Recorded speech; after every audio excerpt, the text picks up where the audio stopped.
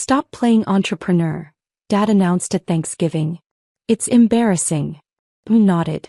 My brother laughed. I said nothing. The next morning, Fortune magazine SEO of the Year cover appeared. My face. My $127 million cybersecurity company. Dad opened it at breakfast. The color drained from his face. But let me back up. Because this story doesn't start at Thanksgiving. It starts 7 years earlier when I was 23 years old and my father told me I was wasting my life. My brother Marcus was everything my parents wanted. Harvard MBA at 25. Investment banking analyst at Goldman Sachs by 26. Engaged to a lawyer from a good family by 28.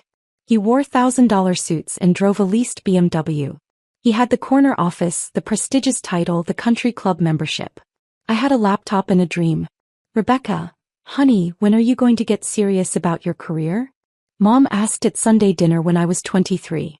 I just quit my third corporate job in 2 years. This time from a mid-level marketing position that made me miserable. I am serious, I said. I'm building something. Dad set down his fork. Building what? You've been building something for 6 months. You're living in a studio apartment. You drive a 10-year-old Honda. Marcus is making real money. Real progress. Dad, I'm developing cybersecurity software. The market is full of people with real credentials, he interrupted. You have a bachelor's degree in communications. What do you know about cybersecurity? I've been teaching myself to code for 3 years. I've been studying. Teaching yourself, Mom repeated, exchanging a look with Dad. Rebecca, that's not how the real world works. You need degrees, certifications, a proper job. Marcus smirked from across the table. Beck, I love you, but Mom and Dad are right. You're 23. It's time to grow up. Come work at the bank. I can get you an interview. Entry level, but it's a start. I don't want to work at a bank. Because you're too proud to start at the bottom like everyone else, Dad said. His voice had that edge I knew too well. Disappointment mixed with frustration. You think you're special. You think you can skip all the steps Marcus took and just, what? Become successful overnight. I'm not trying to skip steps. I'm taking different steps. Different steps, Dad repeated. Is that what we're calling unemployment now? I felt my face burn. I'm not unemployed. I'm working 16-hour days building. Building nothing, he said flatly. You're playing entrepreneur. It's embarrassing, Rebecca. When people ask me what my daughter does, what am I supposed to say? That you're unemployed and coding in your apartment. The words hit like a slap. Mom reached over and squeezed Dad's hand. A united front as always. We're just worried about you, Mom said, her voice softer but no less cutting. We don't want you to waste your 20s chasing something that's never going to happen. The technology industry is brutal. Do you know how many startups fail? 90%, I said quietly. I know the statistics. So why would you risk? Because I believe in what I'm building. Marcus laughed. Actually laughed. Beck, that's adorable. But belief doesn't pay rent. How much savings do you have left? 3 months. 4. That's none of your business. It becomes our business when you come asking Mom and Dad for money, he said. I would never. You might not have a choice, Dad said. And we're telling you right now we're not funding this fantasy. If you run out of money, you figure it out. You get a real job. We're not enabling this anymore. I stood up. My hands were shaking. I should go. Rebecca, sit down, Mom said. We're having a family dinner. No, you're having an intervention. And I don't need to be here for it. I grabbed my coat and left. Behind me I heard Marcus say, let her go. She'll figure it out when her savings run out. I sat in my Honda in their driveway for 10 minutes crying. Not because they'd hurt my feelings, though they had. But because a small, terrifying part of me wondered if they were right. I didn't talk to my family much over the next 18 months. Occasional texts. Brief phone calls when Mom pressed. But I stopped going to Sunday dinners. Stopped attending family events. I told them I was busy. Working. Building. They thought I was avoiding them out of pride. They were half right. The truth was I was building something extraordinary, and I couldn't risk them sabotaging it with their doubt. My software, Titan Shield, was a next-generation cybersecurity platform that used AI to predict and prevent attacks before they happened. Not reactive security, Proactive protection. I'd spent 3 years researching, coding, testing. I'd burned through my savings, maxed out 2 credit cards, lived on ramen and coffee. And then 20 months after that disastrous Sunday dinner, I got my first client. A mid-sized financial services company in Austin. They paid me $180,000 for implementation and a year of service. I cleared my credit cards, signed a lease on a 1-bedroom apartment in a better neighborhood, bought business insurance. 6 months later I had 4 clients, then 12, then 27. By year 3, I had 140 clients and $8.3 million in revenue. By year 4 I incorporated, hired my first employees, 6 brilliant engineers I'd met in online coding communities. We worked out of a shared office space in downtown Seattle. We ate pizza at midnight and celebrated every new contract like we'd won the lottery. My parents had no idea. Marcus knew I was still doing my little tech thing. That's what he called it when we spoke twice a year. "How's your little tech thing going, Beck?" "It's going well," I'd say. "Well enough to pay rent?" He'd ask, that condescending tone dripping from every word. Well enough. He didn't ask for details. Neither did Mom or Dad. They'd decided years ago that my business was a failure and nothing I said would change their minds. So I stopped trying to convince them. I just kept building.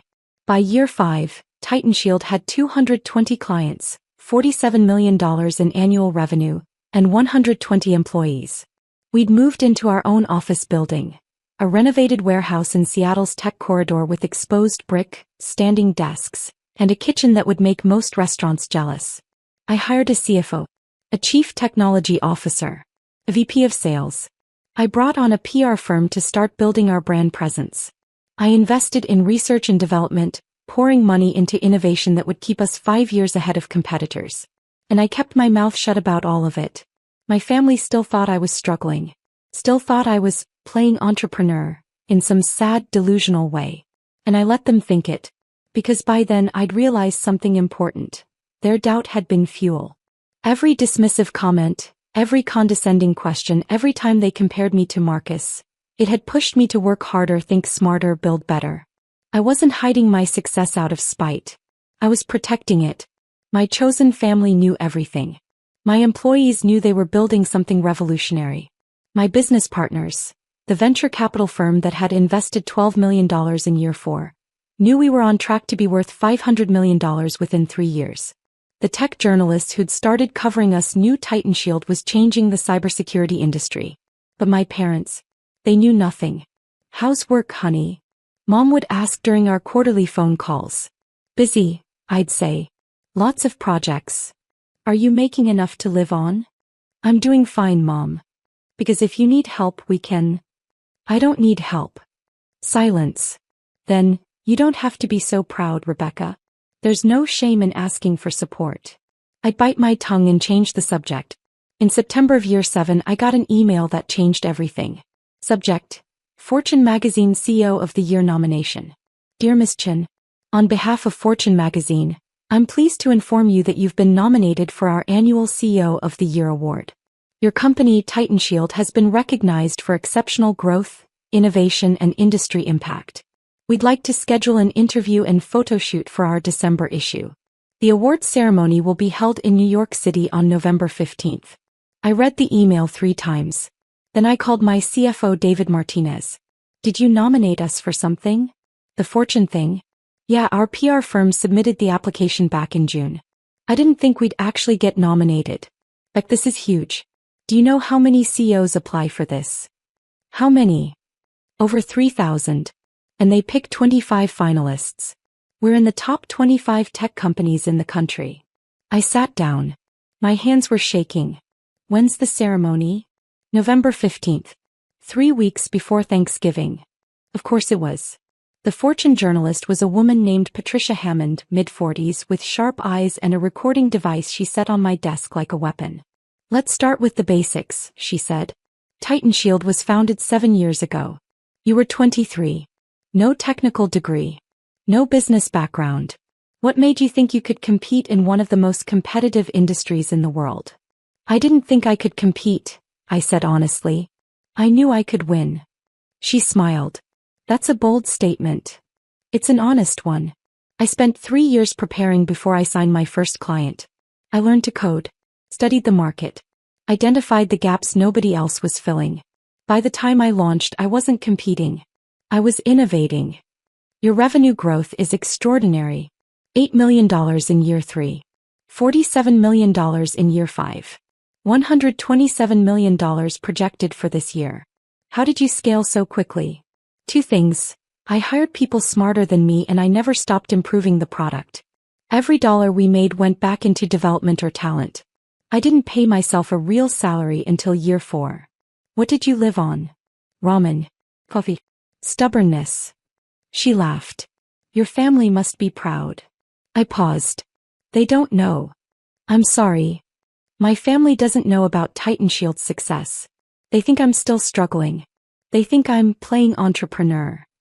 Patricia's eyebrows rose. Why? Because 7 years ago they told me I was wasting my life. They told me to get a real job. They compared me to my brother who works in investment banking and who they consider the successful one. And I decided I didn't need their validation to build something extraordinary. But surely they know you're doing well now? They know I'm still doing my tech thing. They don't ask for details.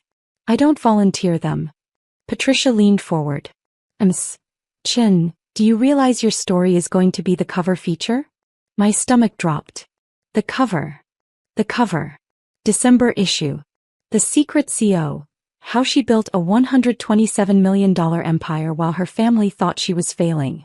It hits newsstands on November 29th. 4 days after Thanksgiving. The invitation came via group text in early November. Mom, Thanksgiving at our house this year. 4 p.m. Please confirm attendance. Marcus, Emily and I will be there. Can we bring anything? Mom, just yourselves. Mom, Rebecca? I stared at my phone. I hadn't been to a family Thanksgiving in 4 years. Me, I'll be there.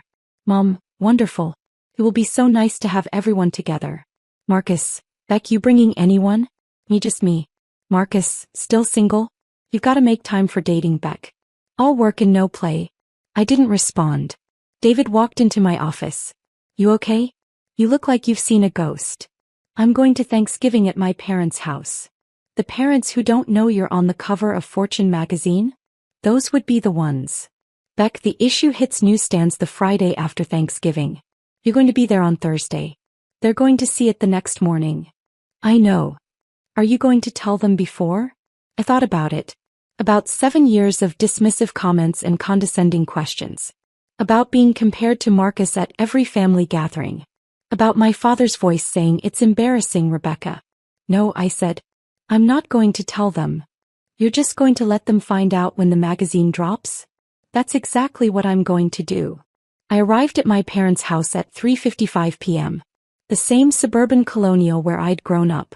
The same perfectly manicured lawn. The same wreath on the front door. Marcus opened it before I could knock. Beck. Long time no see. He looked exactly the same. Expensive suit replaced with expensive casual wear. The same confident smile. The same way of looking at me like I was a child playing dress-up. Hi, Marcus. Come in. Emily's inside. You remember Emily? Of course. Emily was Marcus's wife. They'd married 2 years ago in a wedding that cost more than most people's houses. She was beautiful, accomplished, and had never been anything but polite to me in that way people are when they feel sorry for you. Mom appeared from the kitchen. Rebecca. You made it. He hugged me. Over her shoulder I saw Dad in the living room reading the newspaper. Hi, Mom. You look thin. Are you eating enough? I'm eating fine. Because you work too hard. I worry about you working all hours barely taking care of yourself. I'm fine, Mom. Really? We moved into the living room. Dad lowered his newspaper. Rebecca. Dad. How's work? Busy. Still doing the tech thing? Still doing the tech thing. He nodded and went back to his newspaper. Conversation over. Marcus handed me a glass of wine. So, Beck, tell us about your life. What's new? Not much. Working. The usual. Making ends meet? He asked, that familiar condescension creeping in. I'm doing fine. Because, if you ever need help, financial advice, job connections, I'm happy to help. That's what big brothers are for. I smiled. Thanks, Marcus. I'm good. Dinner was exactly what I expected. Mom asked about my apartment. Dad asked if I was still living in Seattle. Marcus talked about his latest promotion. Senior vice president now, managing a team of 30 analysts. Emily shared news about her law firm partnership track.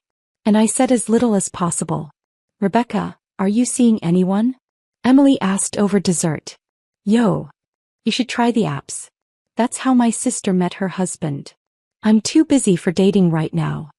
Marcus laughed. Beck, you've been too busy for 7 years. At some point you've got to make time for a personal life. I have a personal life. Do you? Or do you just work all day on your little startup? There it was. Little startup. I took a breath. I have a full life, Marcus. Just because it doesn't look like yours doesn't mean it's not fulfilling. I'm not criticizing, he said, hands up. I'm just saying you're 30 years old. Most people your age are thinking about marriage, kids, building a future. You're still playing entrepreneur. Mom touched my hand. He's not wrong, honey. We worry about you. You've been doing this for so long and we just wonder, when are you going to settle down? Get a stable job? Start thinking about your future. This is my future. Dad set down his fork. Rebecca, I'm going to be blunt. You're 30. You've been chasing this dream for 7 years. At what point do you admit it's not working and try something else? It is working. Then why do you still drive that old Honda? Why do you live in a 1-bedroom apartment? Why don't you ever talk about success or growth or any of the things successful people talk about? Because I don't need to prove anything to you, I thought. But I didn't say it. I'm comfortable with where I am, I said instead. Marcus shook his head. Beck, that's loser talk. Comfortable. Successful people don't aim for comfortable. They aim for exceptional. And you think I'm not exceptional? I think you're stubborn. I think you're wasting your potential because you're too proud to admit this isn't working. I stood up. Thank you for dinner, Mom. It was lovely. Rebecca, sit down, Dad said. His voice had that commanding edge. The one that used to make me obey when I was a kid. I stayed standing. Sit down. Dad, I'm not 12 years old. If I want to leave, I'll leave. We're trying to help you, Mom said. Her eyes were wet. Why are you being so defensive? Because you're not trying to help me. You're trying to convince me I've failed. And I haven't. Haven't you? Dad asked. You're 30. You've spent 7 years on this and you have nothing to show for it. I have everything to show for it. You just can't see it because you've already decided I'm a failure. Then show us, Marcus challenged. Show us the big success. Show us the clients, the revenue, the growth. Prove us wrong, Beck. Almost did. Almost pulled out my phone and showed them the Titan Shield website. The client list. The press coverage. The Forbes email sitting in my inbox. But I didn't. I don't need to prove anything to you, I said quietly. I stopped needing your validation a long time ago. That's what failures say, Marcus said. I grabbed my coat. Goodbye. Rebecca. Mom called, but I was already out the door. I sat in my Honda, my paid-off, perfectly reliable Honda, and breathed. My hands were shaking. Not from anger. From something else. Relief maybe. Or vindication. Because in less than 24 hours they were going to learn the truth. And I wasn't going to be there to see it. I woke up at 6 a.m. on Friday. Couldn't sleep. I made coffee and opened my laptop and pretended to work, but really I was just waiting. The Fortune issue was scheduled to hit newsstands at 7 a.m. At 7:15 my phone started buzzing. David, it's out. Beck, you're on every newsstand in America right now. My PR director, CNN, is calling. So is Bloomberg. The Today Show wants you next week. My CTO just bought 5 copies. You look like a badass on that cover. At 7:47 I got a text from someone I didn't expect. Emily, Marcus's wife. Emily, Rebecca. I just saw Fortune magazine. I need to call you. My phone rang 30 seconds later. Rebecca. Hi, Emily. Is this real? Fortune CEO of the Year? Titan Shield? $127 million company. It's real. Silence. Then, Rebecca, I'm so sorry. For what? For everything. For how we treated you last night. For how Marcus talked to you. We had no idea. None of us had any idea. I know. Why didn't you tell us? Would you have believed me? More silence. I don't know. That's why I didn't tell you. He's reading the article right now. Rebecca, he looks like he's going to be sick. Tell him to keep reading. There's a great quote in there about family doubt. What are you going to do? Nothing. I'm going to my office. I have work to do. Rebecca. Emily, I need to go. Thank you for calling. I hung up. At 8:02 Mom called. I didn't answer. At 8:15, Dad called. I didn't answer. At 8:33 Marcus called. I didn't answer. The texts started piling up. Mom, Rebecca, please call us. We just saw Fortune magazine. Dad, we need to talk. Call me immediately. Marcus, Beck, I'm so sorry. I didn't know. Please call me back. Marcus, Beck, seriously. I'm an idiot. I'm so sorry. Marcus, I told Emily I'm taking you to dinner to apologize. Name the place. I silenced my phone and went to work. They showed up at my office on Monday morning. All three of them. My executive assistant Jordan called me. Rebecca, your parents and brother are in the lobby. They don't have an appointment. Tell them I'm busy. I did. Your father said he's not leaving until you see them. I closed my eyes. Of course he did. Send them up. 2 minutes later they walked into my office. The office with floor-to-ceiling windows overlooking Seattle. The office with my name on the door. The office with the Fortune magazine cover framed on the wall behind my desk. Mom's eyes went straight to it. She put her hand over her mouth. Dad just stared. Marcus looked at the awards shelf. The Forbes 30 Under 30 plaque. The TechCrunch Disrupt Trophy. The Cybersecurity Innovation Award from the Department of Homeland Security. Beck, he said quietly. It's Rebecca, I corrected. Nobody calls me Beck here. Rebecca. He swallowed hard. I'm sorry. I'm so sorry. For which part? I asked. For calling my company a little startup? For telling me I was playing entrepreneur? For suggesting I was a failure? Be specific, Marcus. I want to know exactly what you're apologizing for. For all of it. For everything. I was wrong. I was so wrong. Dad stepped forward. Rebecca, we had no idea. You had no idea because you never asked. You decided I was failing and then stopped looking. You never told us, Mom said. Her voice was shaking. You never said anything about this. Would you have believed me if I had? I asked. Would you have believed that I was building a $127 million company when I was living in a studio apartment and driving my old Honda? Or would you have told me I was delusional? Silence. That's what I thought, I said. Dad's face was red. This isn't fair, Rebecca. You deliberately hid this from us. I protected it from you, I corrected. There's a difference. Protected it?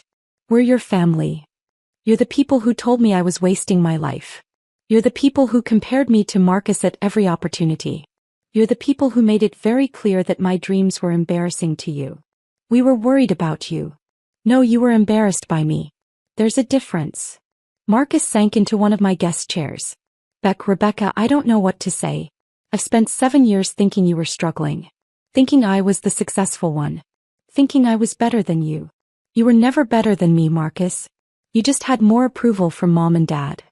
That's not fair, Mom protested. We love you both equally. Do you? Because for 7 years, Marcus was the golden child and I was the disappointment. For 7 years, you used him as the standard I couldn't meet. For 7 years, you dismissed everything I was building as a fantasy. Because you never showed us anything different. Dad said. You lived like you were barely getting by. I lived like someone who reinvested every dollar into her company instead of spending it on luxury cars and expensive apartments to impress people who didn't believe in her anyway. The words hung in the air like smoke. Mom was crying now. Rebecca, please. We made mistakes. We were wrong. But we're here now. We want to support you. I don't need your support anymore. I have 287 employees who believe in me. I have investors who trusted me with their money. I have clients who bet their security on my technology. I have friends who celebrated every milestone with me. I built this without you. And I don't need you now that it's done. That's cruel, Dad said. Is it? Or is it honest? Marcus stood up. What can we do? How can we fix this? I looked at him. My brother. The golden child. The one who'd always had everything I wanted. Our parents' pride, their approval, their belief. You can't, I said quietly. You can't fix 7 years of dismissiveness with one apology. You can't undo the damage by showing up now that I'm on the cover of Fortune magazine. You can't earn my trust back by being impressed with my success when you were disgusted by my struggle. So that's it? Dad asked. You're just going to cut us out? I'm going to do what I've been doing for 7 years. I'm going to focus on my work, my team, and the people who actually believed in me. You three are welcome to be happy for me from a distance. But you don't get to be part of this. You don't get to claim credit.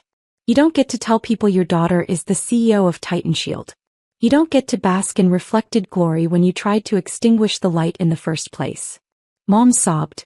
Rebecca, please don't do this. I'm not doing anything, Mom. I'm just declining to let you do something. There's a difference. My phone buzzed. Jordan, your 10 a.m. is here. I have a meeting, I said. You need to leave. Rebecca. Goodbye. They left. All three of them. Defeated. Devastated. Finally understanding what it felt like to be dismissed. I sat down at my desk and breathed. Then I smiled. The story exploded. By Tuesday, Titan Shield's website traffic had increased 4,000%.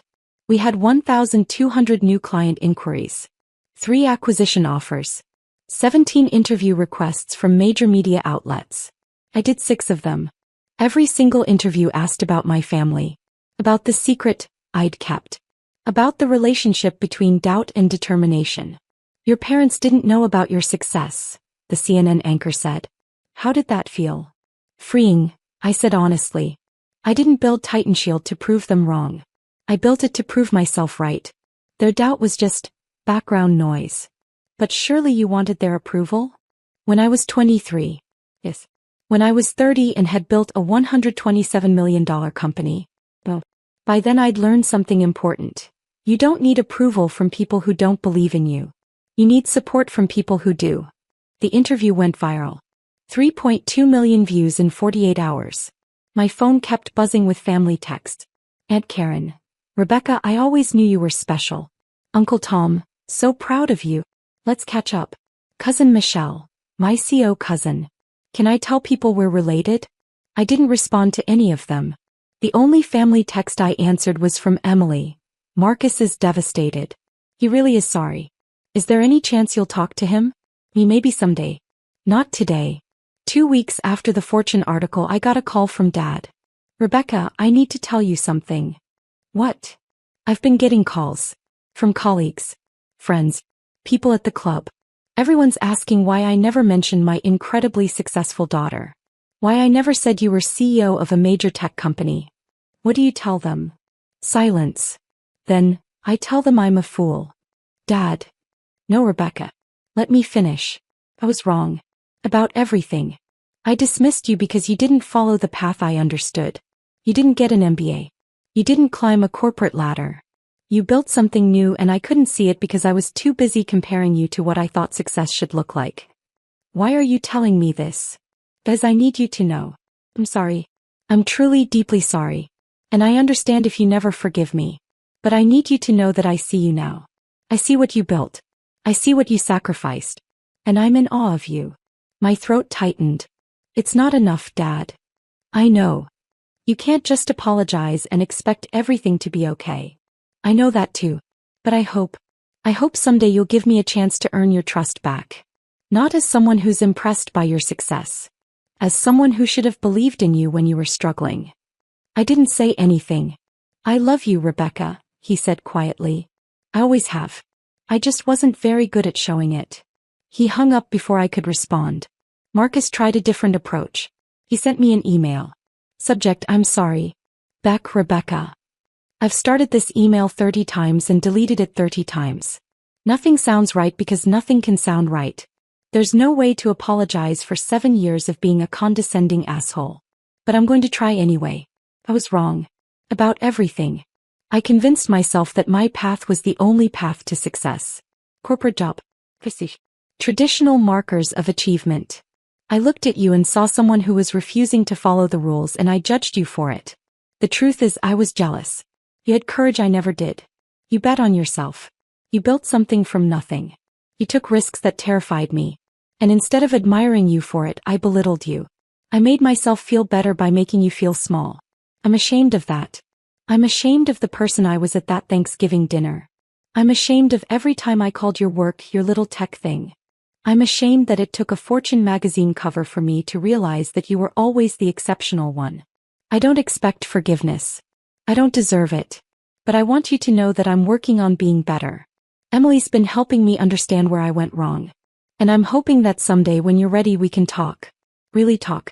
Not as the golden child and the disappointment. But as equals.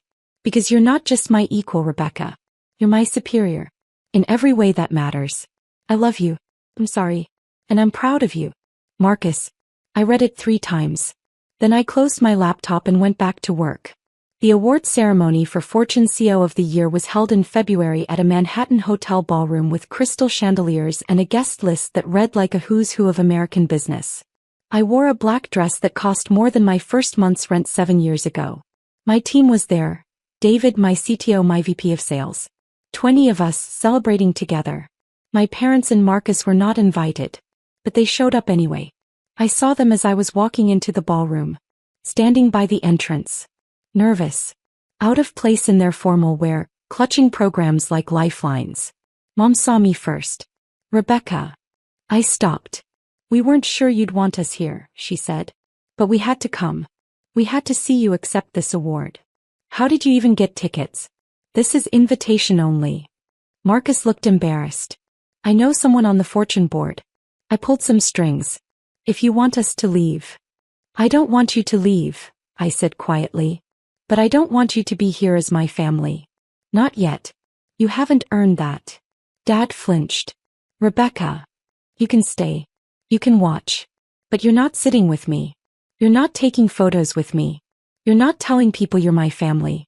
You're spectators. Nothing more. Mom's eyes filled with tears. We understand. Do you? Do you really understand what you cost me? Not money. Not success. But 7 years of having to build alone. 7 years of not having family support. 7 years of wondering if I was delusional because the people who were supposed to believe in me didn't. We're sorry, Marcus whispered. I know. And maybe someday that will be enough. But not tonight. Tonight is for the people who believed in me when I had nothing. Tonight is for my team. Tonight is for the investors who took a risk. Tonight is for me. I walked past them. David caught up to me inside. Was that them? Yeah. You okay? I'm perfect. And I was. When they called my name, Rebecca Chin, TitanShield CEO of the Year, I walked onto that stage with 800 people applauding. I accepted the award from the Fortune editor-in-chief. I gave a 5-minute speech about resilience, innovation, and the importance of believing in yourself when nobody else does. I didn't mention my family.